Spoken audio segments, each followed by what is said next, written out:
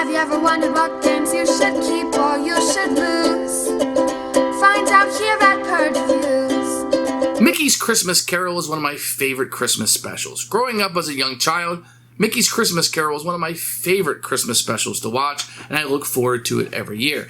Even as an adult, I love sharing it with my children. I just love the artwork, the special time that's in it, and the humor, and the look of Mickey and the gang, and how they're all playing different characters. I don't know. I just found something very appealing to it. So when there's a Mickey's Christmas Carol board game for younger gamers, I was all in on this. Now, this is actually a pretty interesting game. You're doing drawing from a bag, drawing tiles that you're going to be using to kind of finish jigsaw puzzles, and that's really, really neat. And some of the tiles that you pull out will have negative effects. Sometimes they'll have good effects, but you're hoping to accomplish these puzzles in order so Scrooge doesn't wake up before he accomplishes the ghost coming to him and he learns his moral lesson. I think it goes along really well with the story.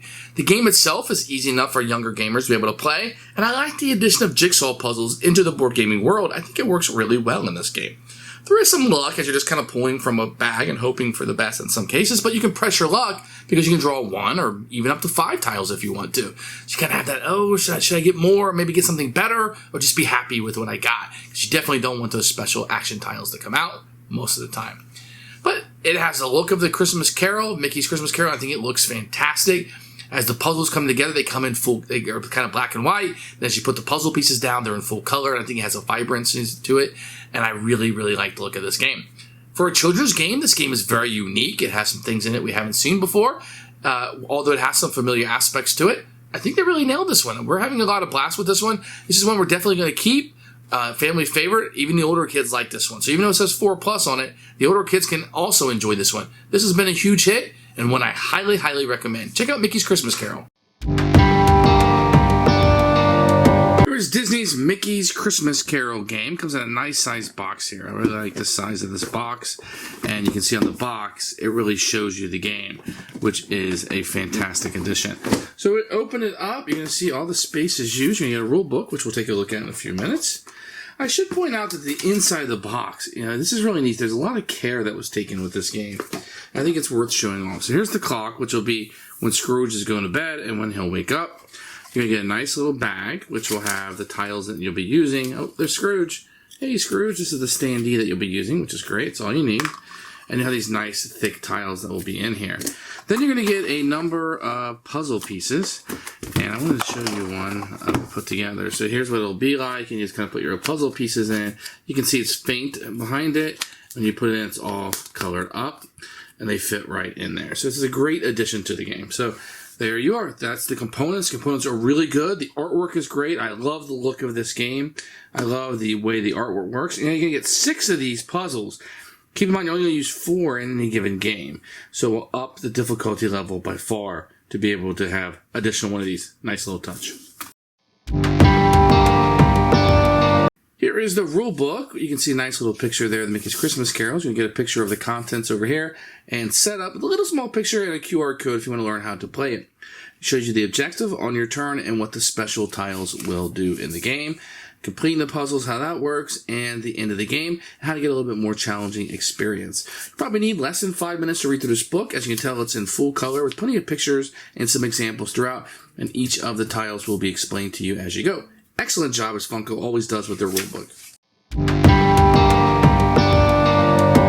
So the clock is going to be the timer of the game. Scrooge is going to start here on the 9, and he'll be moving around the board. If he ever gets to the wake spot and the puzzles are not finished, then you will lose the game. Be able to complete 4 of the puzzles before Scrooge gets to the awake, then you win the game. During setup, you'll choose 4 of the panoramas or puzzles to choose. You'll have 2 extras, 5 and 6, that are used if you want to increase the difficulty. That'll make sense a little bit later, but you'll choose 4 of them. You'll take the puzzles with all of the action tiles and you'll throw them in the bag and you're ready to go.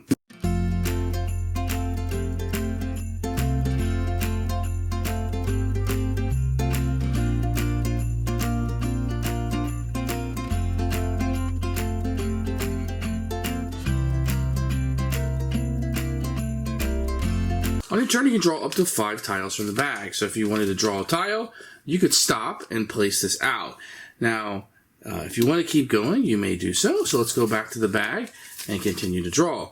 I got a red and a blue one, which isn't great because those are the higher number ones. Say I want to draw 2 more tiles, I go yellow and purple, and if I want to stop, then I can choose between the 4 tiles. I can choose whatever I want to, so maybe I'll put the yellow one out, and I'll put the purple one out, and I'm strategically doing that because it is the lower number ones. Any other tiles I have go back in the bag. Now what I'm trying to do is I'm trying to finish these puzzles. If I finish the purple one first, or the lower number one first, and say Scrooge is here, he will move back 1 if I were say I would do this one first. If by any chance that I would do one of the higher ones first, then I have to move him high. So let's say I finish the orange puzzle before I finish the purple or the yellow or the blue one, then I have to move him for the number of spaces listed on here, 4. So 1, 2, 3, 4. He would move up. So I definitely wouldn't want to do that.